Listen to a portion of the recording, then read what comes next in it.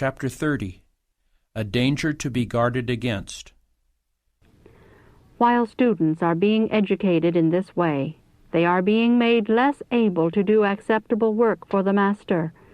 The taxation that they undergo to obtain an extended knowledge in medical lines unfits them to work as they should in ministerial lines. Physical and mental weariness come because of the overstrain of study, and because the students are encouraged to labor unduly for the outcasts and the degraded. Thus, some are disqualified for the work that they might have done had they begun missionary work where it was needed, and let the medical line come in as an essential part connected with the work of the gospel ministry as a whole, as the hand is connected with the body. Life is not to be imperiled in an effort to obtain a medical education.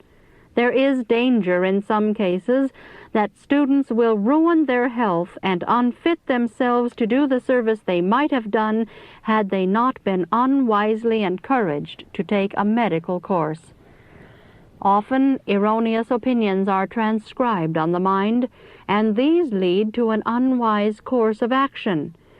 Students should have time to talk with God, time to live in hourly, conscious communion with the principles of truth and righteousness and mercy.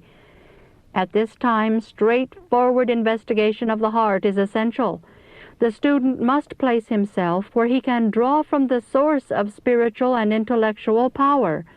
He must require that every cause which asks his sympathy and cooperation has the approval of the reason which God has given him, and the conscience which the Holy Spirit is controlling. He is not to perform an action that does not harmonize with the deep, holy principles which minister light to his soul and vigor to his will. Only thus can he do God the highest service. He is not to be taught that medical missionary work will bind him to any man who shall dictate what his work shall be.